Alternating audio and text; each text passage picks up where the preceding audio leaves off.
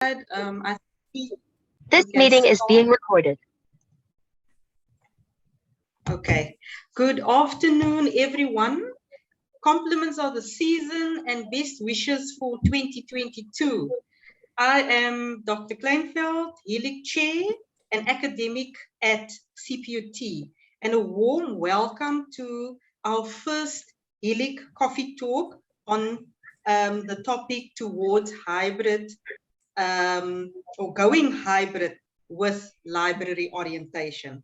My colleagues, Mr. Naike, HELIG Chair-elect and Deputy Director at the University of Free State Library, as well as Ms. Thompson, HELIG PRO and librarian at UCT Library, will join me in facilitating the informal talk today. Now, we certainly do not have all the answers, but this is a great opportunity for us to share ideas as to library orientation and the way forward this year. Are we actually ready or able to incorporate a face-to-face or on-campus orientation component? That is still open for further debate, and hopefully during this session we will unpack and share with one another what would be the best way forward. I will now hand over to Mr. Naike to provide some insight into library orientation planning currently taking place, which will lead into our open discussion today. Larsen, over to you. Thank you, Chair, and good afternoon, colleagues, and best wishes for the new year. I think this is our first LIASA intervention for the new year. I see a hand up. I see there's a hand up by Nelly. Nelly?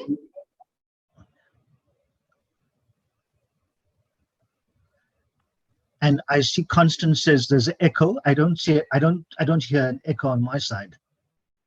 I also don't hear. Sure. Sound is fine. Okay. All right. I don't hear. Okay. No Thanks, echo. colleagues.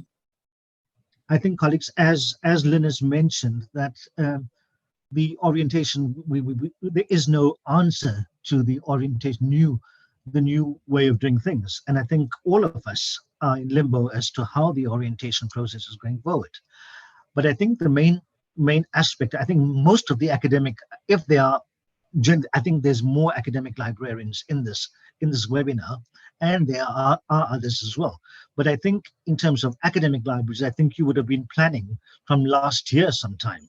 So September, October, I'm sure plans would have been in place. And the main thing I want to say is that in terms of partnerships with all the university stakeholders, the library needs to play a role within our teaching and learning areas in terms of student affairs, in terms of the working with the residences. I think the orientation program at UFS, they have the first year experience, which is a committee, which is based on all the stakeholders from the university who form part of this team. So this is where we speak to the orientation program and how it's going to pan out. So each one contributes to the first year experience and to see how we can fit into the program and partner with everybody else. So I think that's something that's an important thing. And the other thing is, my director always says you have to make your voice heard in all these forums. You can't just be quiet and accept whatever the university or whoever is doing. You have to have a voice there and speak out so that you have a place within the orientation program. So I think that is something that you have to.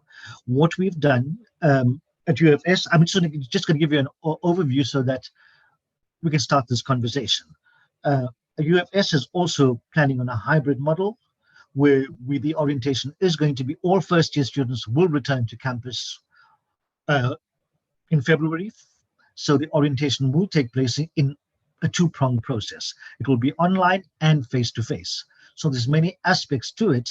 So in terms of the library, We have collaborated with the Center for Teaching and Learning. So we've embedded the library orientation videos, the profiles of each of the information librarians within the Blackboard learning system. So that's where students who are coming through will be able to see, will be able to go online and look at and find the faculty librarians, information about the library, and those kind of things. The second aspect is the library website, where we've put the orientation program, we've embedded the orientation program onto our website, library website, so that students can have access.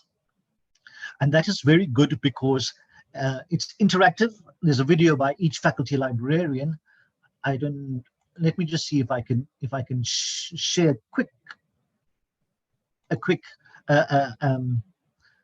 overview of one of the librarians, and so you'll be able to see what is somebody else share. Anna Marie, will you be able to allow me to share? Okay, I'm going to stop sharing my screen at the moment, and then then you could share. Okay. Go. Okay. Okay. I'm going to just show you a quick blurb of one of the librarians. So if you click on this person's name, it takes you to a video on the faculty librarian. Hi, Kofties. My name is Lee Golait, and I'm the librarian for the Faculty of Humanities. Please feel free to come and pay me a visit on the Bloemfontein campus at the Cecil Library, level 7, room 702A. I deliver professional information and reference services aimed at supporting teaching and learning. Furthermore, I promote the development of strong research skills through embedded training.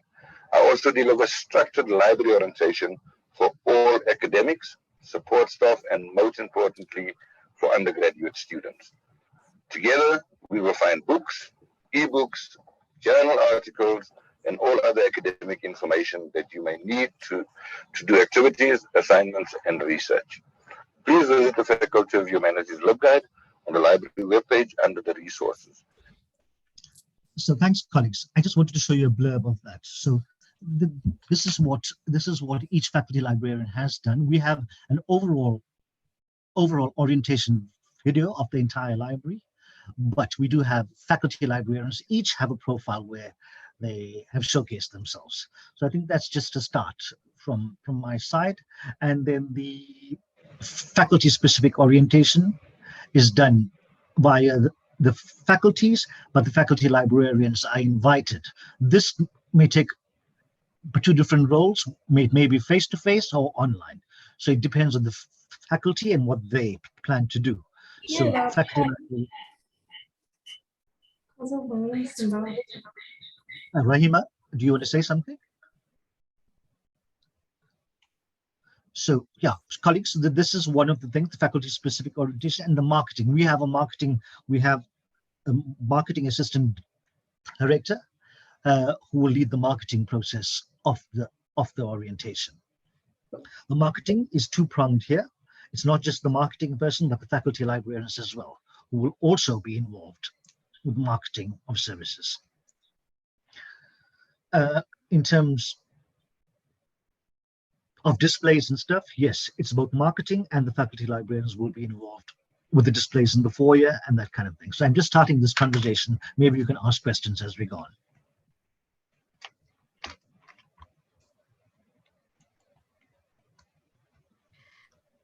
Thank you so much, Larsen, for providing us with some insight into the library orientation planning, and it's great that you are looking at the hybrid model for 2022. I think a lot of academic institutions are considering this, looking at the adjusted levels we are on now in terms of COVID-19 lockdown levels, and just this morning, we received information that we will also now be back on campus twice or thrice a week as a start. At CPUT, at the moment, we also in the department, the Faculty of Business and Management Sciences, and specifically in the Business and Information Administration department where I'm currently based, we are also planning this hybrid model. And maybe I just want to share a little bit on the reasoning behind that. As you will recall, last year, this time we had our first coffee talk on going virtual. And most of us had our orientation programs completely online last year. And so too, we had a virtual orientation program, and we had the various support units also included in the online program. But what challenges we faced with this complete online orientation program only came about later on in the year, when we now faced the formal assessments. And so where we made special arrangements for the practical subjects and students to complete the assessments on campus, we then realized where the challenges came in by having a complete online orientation, because the students never had an opportunity to visit the campus. And a lot of them got lost. There were so many hiccups just entering campus and getting to the assessment venues. For example, not having a student card printed that would allow them access into the buildings was a challenge. And then, of course, finding their way, being sent from pillar to post, which resulted in many students arriving very late for the assessment, some not even making it to the assessment venues due to these type of challenges. And this made us think about the way forward and how best to do this. And with the result, we're looking at the same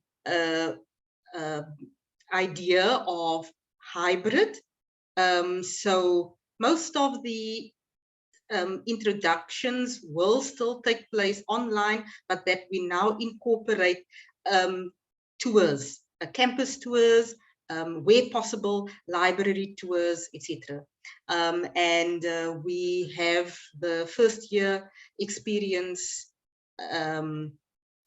meeting taking place this Thursday coming, where all the stakeholders at the university will be present, and we'll discuss how best we are going to plan this hybrid orientation program.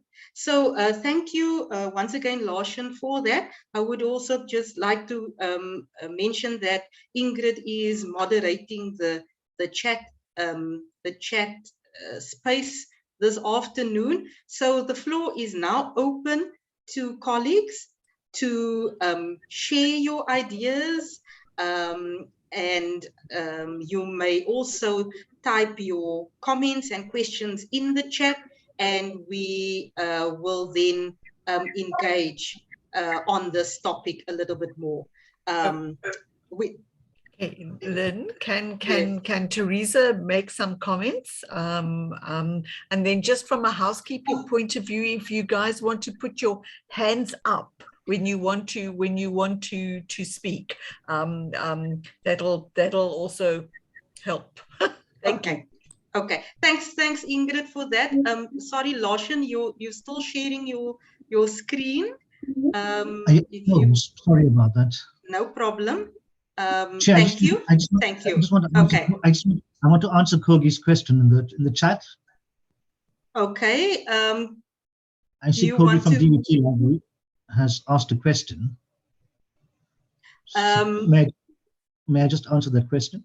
Yes, you may go ahead, and then we'll hand over to Teresa, and Sure. then we will continue with the open discussion. Thanks. Please Thanks. go ahead. Thanks, Kogi, for that question. The orientation is actually online, so all the services are provided online, but the faculty orientation may just be face-to-face.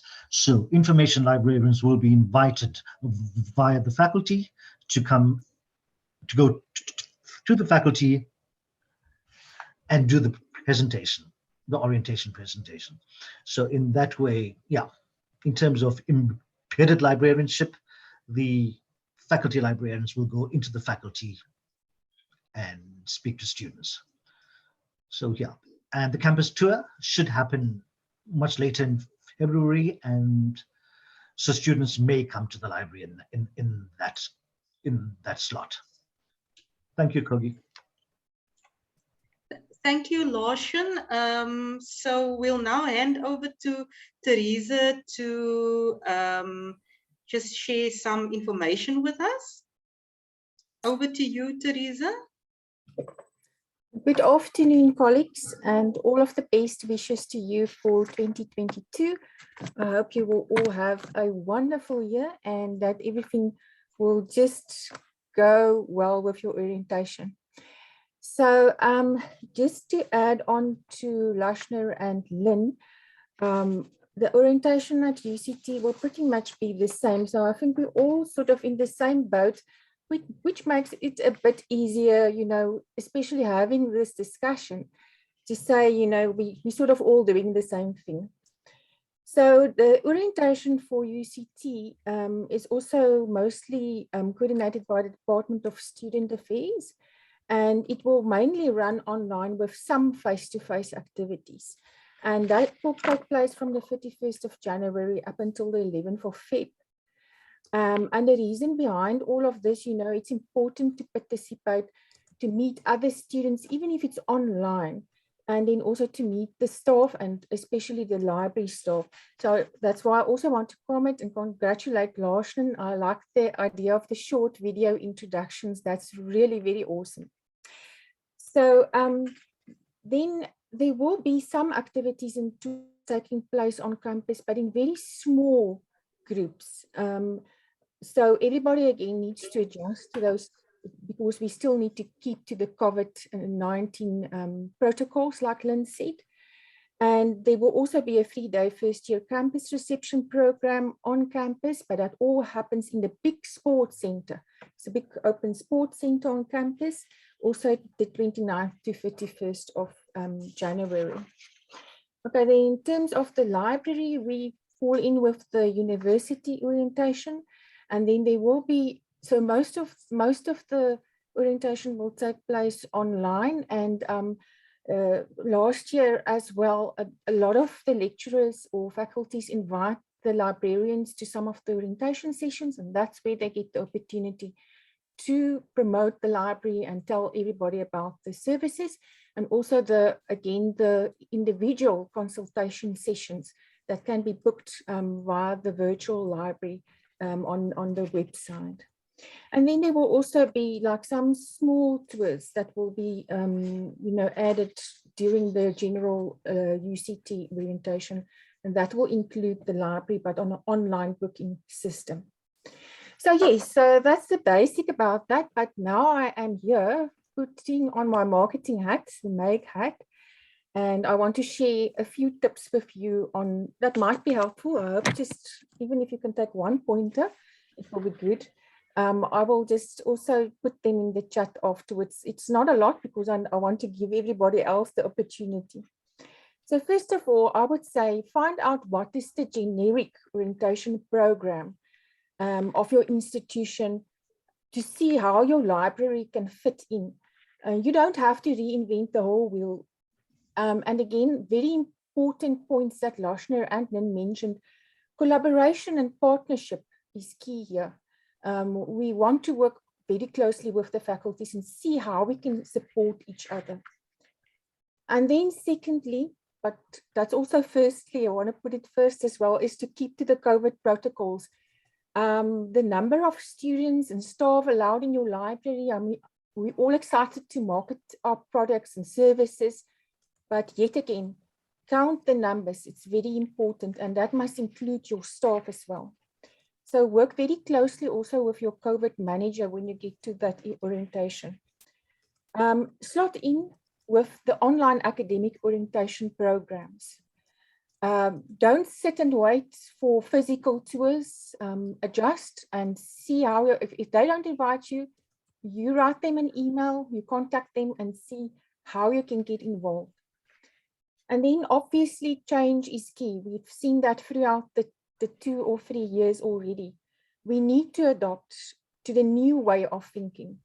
If it means the smaller physical tours, and previously you have big, large tours, adopt, even if it means that staff needs to work in shifts. And then if you have a standard script for your library tours, you are using, make sure that you also rewrite that script. Don't use the same one that you've been using for the past 5 years. If there's pointers in there that you can't at the moment take out books or return, or it's a different way of returning books or handling books, mention it in that script when you do the tour, because otherwise people won't know, and then they come and they want to take out books, and then they will say, but yes, nobody mentioned it during the tour. And then very important as well, that something that I've learned throughout the COVID time, people like personal stories. So if you have a library tour, make sure to take a photo, even if it's a cell phone photo of the tour. I'm not saying constantly, don't bombard the people and keep the Poppy Act and everything in line, but then you can write a story for your website, ask the people permission, and then you advertise it on your website. Website is nowadays the face of the library, and it's always been, but now yet again, it's so much more important. Write those stories, publish it, put it on the website, and repeat it on your social media. And also remember that, you know, if you're talking about first years, I would say, you know, what works well for us is Instagram stories, Instagram posts, because that's the target market, the 18 to 21 years. They love Instagram. They're constantly there. And one can see it. If I post something on the stories, Facebook or Instagram, immediately it's got so many views. So look at the age group for the different social media. And then the last point that I want to mention is orientation is a time of celebration, fun. It's supposed to be fun. So don't bombard and overload those students with too much information. Rather make it short, make it fun, and I mean, they can pick up the vibes. So try to give them maybe something fun on the day, whether it's bags or whatever you hand out.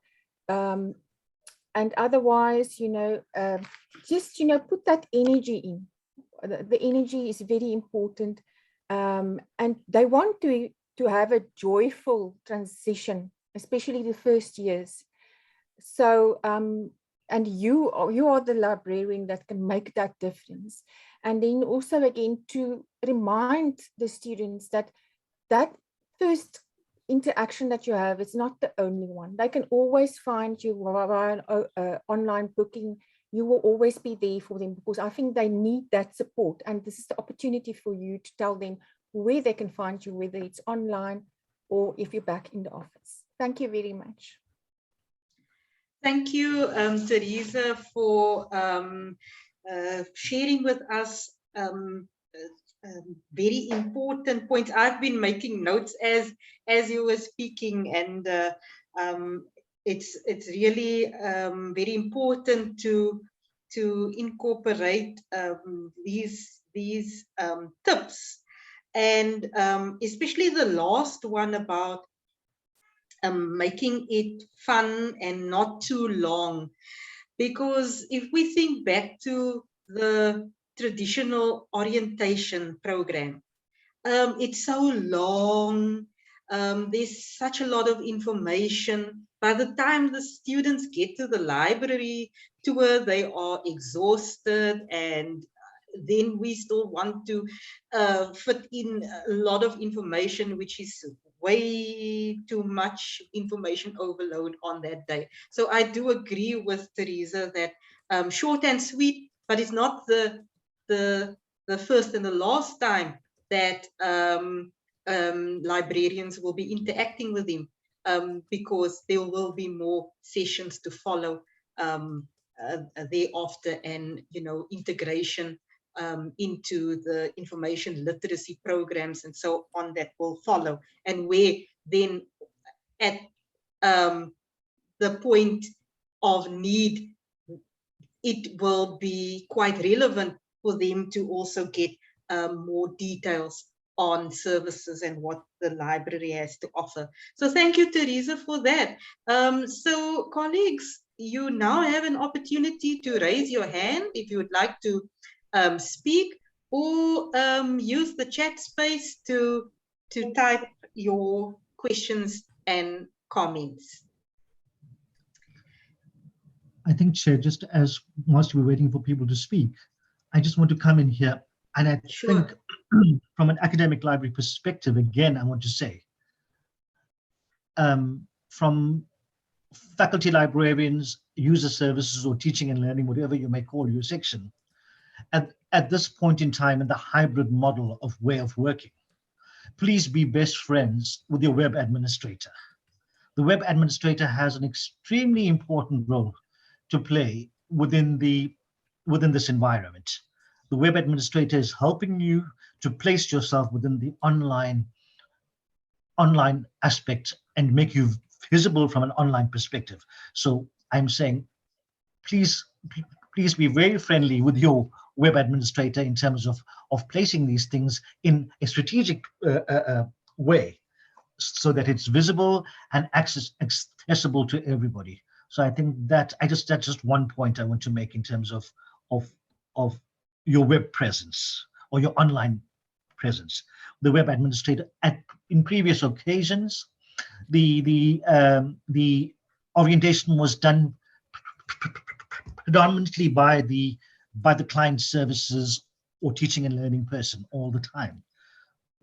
But now it's changed. The whole dynamics have changed, which has to be inclusive of everybody within the library.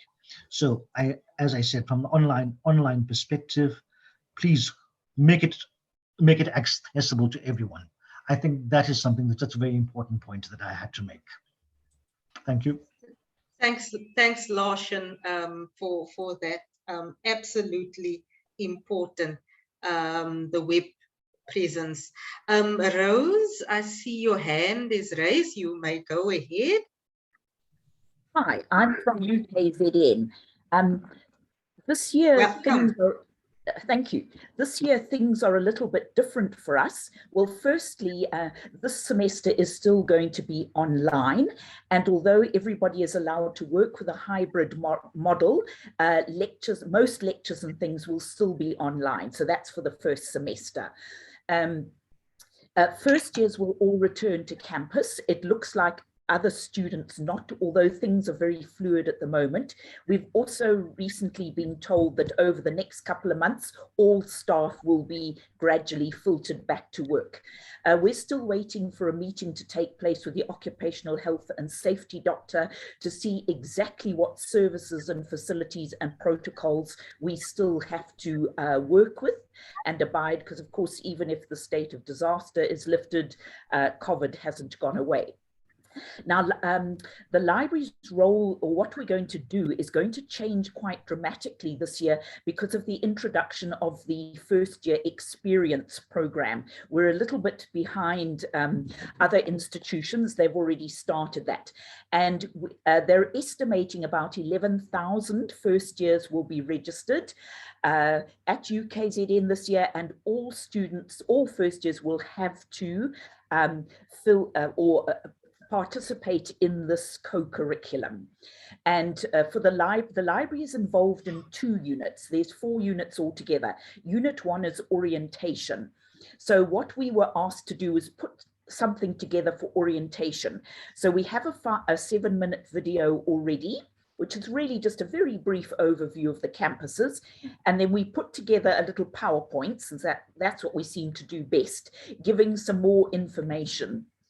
Now, the university has actually employed instructional designers to actually work with the material and decide how it should best be presented, the format, whatever. So we're still waiting to hear what's going to happen.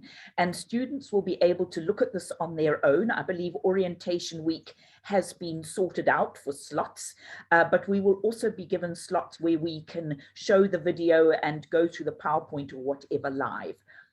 And then from the end of February, Unit 2 kicks in. And this is a program, or Unit 2, it's all about the range of academic skills, along with time management and all those sorts of things. And what we have to do is there'll be a special Moodle site, and everybody involved in that unit has to put material up on Moodle so students can look at it in their own time. So we're busy working with that at the moment, and also waiting for the instructional designers to decide how best it should be delivered on Moodle. And then we will do all our practicals via Zoom. So we'll do practicals on how to use the catalogue, how to set up my library account for intercampus and interlibrary loans, Google Scholar, maybe a database, and referencing. We still haven't decided, but we're going to be running obviously multiple slots to supposedly accommodate this 11,000 odd students. I'm quite sure up until the end of March, we won't get them all. So we may have to do some rerunning of sessions, but that's what we're working on at the moment, is how to how to program all the slots to enable students to attend. We did find in the last 2 years, we've had really excellent attendance at all our Zoom sessions. Obviously, they're not ideal, particularly for first years who might not have been in a library, but it's all we can do at the moment. Once every first year has received their letter of acceptance, they are then assigned a mentor. And apparently the mentor is supposed to help them from day one, start getting used to things that they're going to be dealing with at university. And in orientation week, there'll be digital literacy. So students will be shown, how to set up their library, their email account, how to work with Zoom and MS Teams and all that sort of thing. We're hoping that the mentors will probably take their students physically around the library, but we simply don't know yet because everything's in such a state of flux. But certainly we hope by the second semester we'll be fully open, and then we can hopefully do a lot more physically in the library. So that's where we are at the moment. Thank you, Rose, for sharing with us the way forward at UKZN.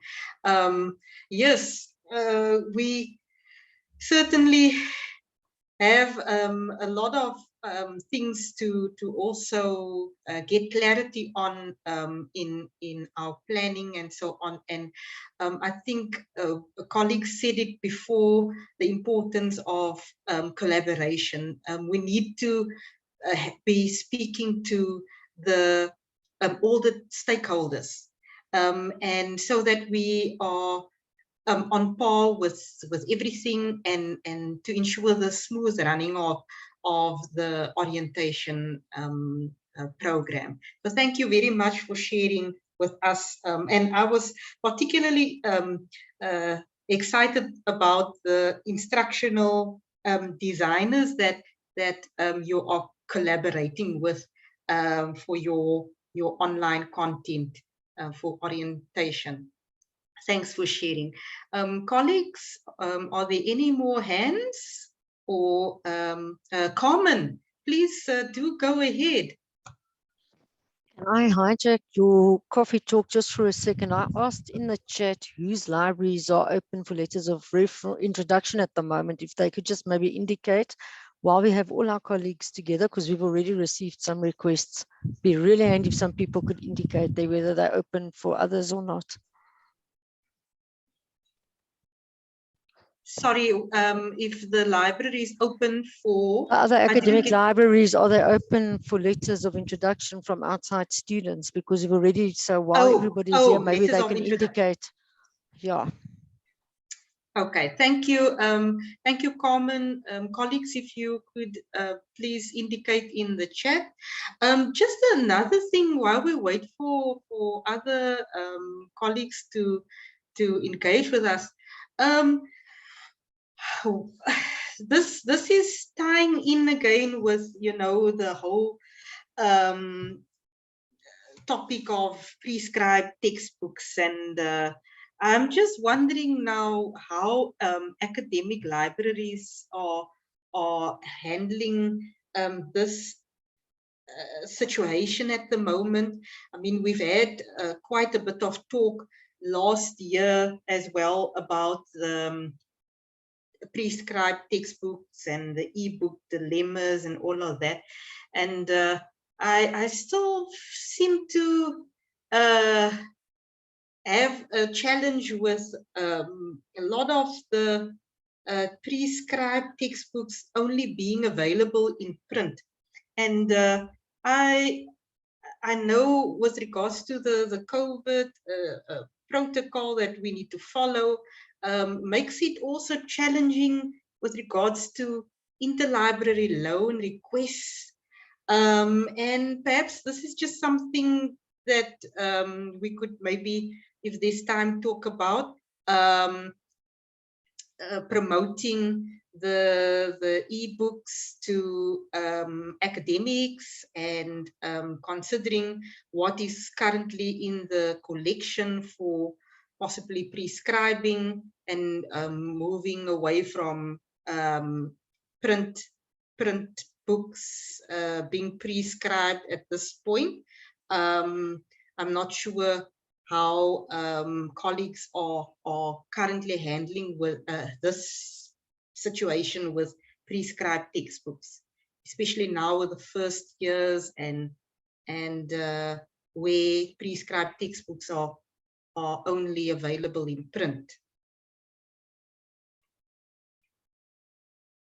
Yes, Ingrid, it's a, I know I'm jumping the gun and just throwing a spanner in the wheel today, but it is it's a headache, but it's something that we also need to at some point talk about. The textbooks, the prescribed textbooks, e-books, etc. Yes, Ingrid, your answer, please go ahead. Okay, I'm just having a sort of thought about the previous, you know, we in the previous times we've had parents orientation, where the parents come through the library, and that's always been very popular, that there's those open days, and where quite often the parent will say to you as you walking the group around, well, does my child need to have a laptop? Is usually one question. And then another question is usually around the textbooks. I mean, we know ourselves how expensive those are. And I actually am quite cynical. I'm cynical. I'm sorry about the ebooks and the publishers. I mean, I hope you guys are kind of watching what is going on elsewhere in the world, and the sort of the things that are happening in the States and happening in the UK around textbooks and the horrendous prices. I mean, Pearson in the week just before Christmas increased the prices and changed the licenses of, and this is Pearson UK. I don't know whether it's happened here. I tend to stick away from the Pearson textbooks in any event. You know, sort of hope not too many of my academics are not too many of my departments have prescribed those textbooks, but you know, sort of the horror story that they gave a week's notice to the UK institutions that they were increasing their prices and changing the licensing. just somewhere like that. So I'm afraid I'm quite cynical, which is so when it comes to textbooks, here's an opportunity to promote open access resources and to get our academics to write their own textbooks, write their own resources. And that is probably another maybe coffee talk about how you can, to start those conversations with your academics. When you tell them that the book that they want to prescribe is oh yeah, you can get it as but it's going to actually cost $2,000 and for only one person to use at a time. Like, hello, sorry, yes. I mean, it's so when we start, when you go ebooks, it's like a little red flag to me. No, it's a hot topic, and it ties in with orientation, because as you said in the beginning, Ingrid, that this is where students want to know about the prescribed textbooks. For example, part of our program, the list of prescribed textbooks needs to be communicated to the first years, and it's incorporated into the orientation program. So that's why I thought I need to just mention here and get some thoughts on what's happening, because it's really it's still a challenge. And just last week, because this year I have to offer new subjects, so I'm busy with the content development. And for the new program, when it was designed at the time and submitted for approval and all of that, that textbook, it's only allowing one user access. This is a challenge, so it is definitely a conversation we need to expand on in another coffee talk, because it is something that we need to get more academics also part of the conversation in planning forward and where it comes to prescribed textbooks. On the other hand, I've also got the question, I think this question also came up during the SCONAL webinar earlier in December last year, where they talked about ebooks, and also I see somebody earlier also in the chat mentioned using Cortex. The question came up there as well. Should we still be focusing on prescribing versus making content available that speaks to the subject, but that we move away from this prescribing of textbooks? That's another, it's still open for debate. But yes, I think soon we'll need to have another coffee talk on the whole aspect of prescribed textbooks, ebooks, etc. Colleagues, I don't know if there are hands that I've missed, but please, you are welcome to raise your hand if you want to make a comment or ask a question on going hybrid with library orientation. Yeah, I think, Chair, I think Keko's hand is up. Keko, please go ahead. Welcome. Thank you, Lynn. Good afternoon, colleagues. I just wanted to add on to what Lashon shared on earlier. Also, Rose, I think, mentioned about, the orientation program, the mentors, who I think are very important on campus. So the academic support will be training mentors on campus for the orientation. So the library the library will be involved there with regard to sharing information on the library to the mentors. They call them peer mentors here at the UFS. So what they usually do, these mentors, we equip them with relevant, library information. That most of the things that we would be training the students on to give them general information about the library, we impart that on the mentors so that they speak almost like mini librarians, same language as us. So so on that particular date will be on the 10th of February. A lot of people will be coming to train them on different things. So the library will also be participating on that to train them about the library resources. So what they do during the course of the year, actually, it's not only over orientation, because they will be closer to them than us, to the first years, and answering all sorts of questions. So the library will be part of that.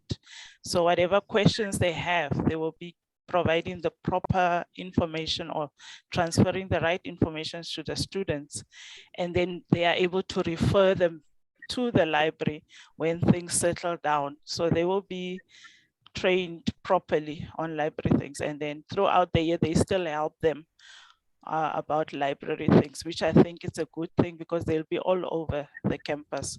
So that's another way that we will be participating in the orientation on that. Thank you. Thank you, Kay, for sharing that. I think it is important, the peer support, that really plays an important role in orientation. As much as we are there to provide support, but having tutors and mentors as peer support with the students, sometimes it just makes it easier for the student to engage with mentors, when they have questions. What worked well for us last year, we created a WhatsApp group. And so we shared the link, and all the first years join the WhatsApp group. And so the tutors and mentors supporting orientation, they were part of the WhatsApp group, as well as the first year lecturers in the department. So we could also assist and respond to a lot of the queries via WhatsApp. We of course had to put some control measures in place, because you could just imagine having all first years linked to a WhatsApp group, and how crazy it can get at times. So of course we limited the amount of requests, especially during the evening. So there was a cut-off time where we closed the group and open it up again in the mornings, up until 7 p.m. In the evenings. So just providing that additional support over and above the orientation program that students could make use. And this group we kept open throughout the year, that students could ask queries, and they would then be referred to the relevant department or unit depending on the query. But that actually worked well as an additional support during orientation. Thanks. Larson, your hand is raised. Please go ahead. Thanks, Lynn. I just want to, from all these conversations that have been happening with regards to orientation, I think it is redefining the roles of information librarians, firstly. But secondly, it's redefining orientation itself. I think these two things are very important aspects in this orientation program, where you review for the part from 2020, 2021, 2022, going into 2022. We've seen this evolving. We have evolved with the lockdown and the pandemic. We've evolved many of our practices, many of our workflows, and that kind of thing. So it's time to review, re-envision, and reimagine how we're taking this forward. And one of the things I realized, and I challenge all information librarians and deputy directors or managers in your division, look at orientation as not a week-long process, but it has to be a process where it takes 6 months or so, or even a year, where students are orientated within your libraries. The thing is, as somebody mentioned earlier, it's information overload in the first week. So it has to be a process. And the online environment is extremely exhausting. If you're at lectures online, I mean, I have been through that process of lectures online. It is extremely exhausting. Even meetings nonstop every day. It's extremely exhausting, and you don't absorb everything that you would ought to absorb.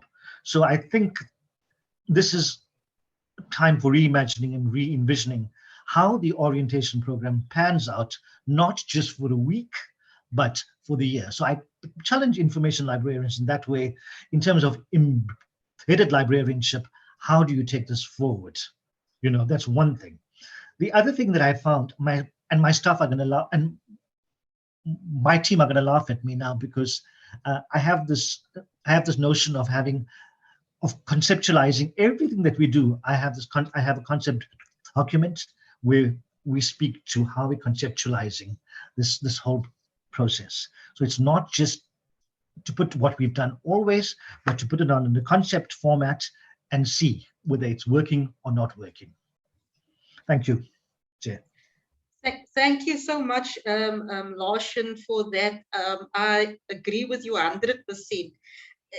There's no way that we can stick to orientation only being taking place in 1 week. It is a process that one needs to build on and needs to happen throughout the year.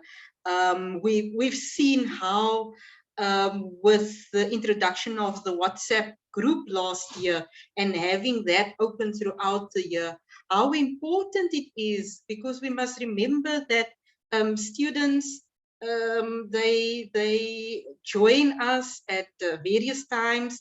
Not everybody is present right at the beginning of the year for various reasons, late registrations, challenges, etc. And if orientation is just scheduled for the first week in Feb, for example, and a student only registers thereafter, would have missed out on that. So it's important that as much as we make the online orientation videos available via our various platforms, but that there's throughout the year some form of a program still continuing, and so that students do feel that you know, there is that warmth and that feeling of getting the support throughout the year from the various support units. So thank you for that. Colleagues, we have exactly 5 minutes left to wrap up. And Ingrid, I just wanted to quickly find out from you whether there is anything from the posts in the chat space that we need to...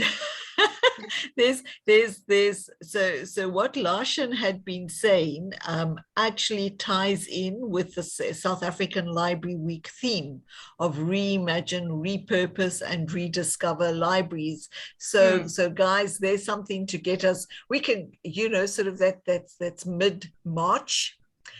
We can orientation, yes, can carry on the entire year. As Kochi has said, absolutely agree that orientation is a longer process. Teresa Mafana has said that their library orientation forms part of the institution's program. And again, as she comments, it's a good arrangement, because you can see from the get-go that the library is part of the teaching and learning space, and it means embedding of the librarian. and there's quite a bit of chat about the ebooks. We are going to have that discussion again. I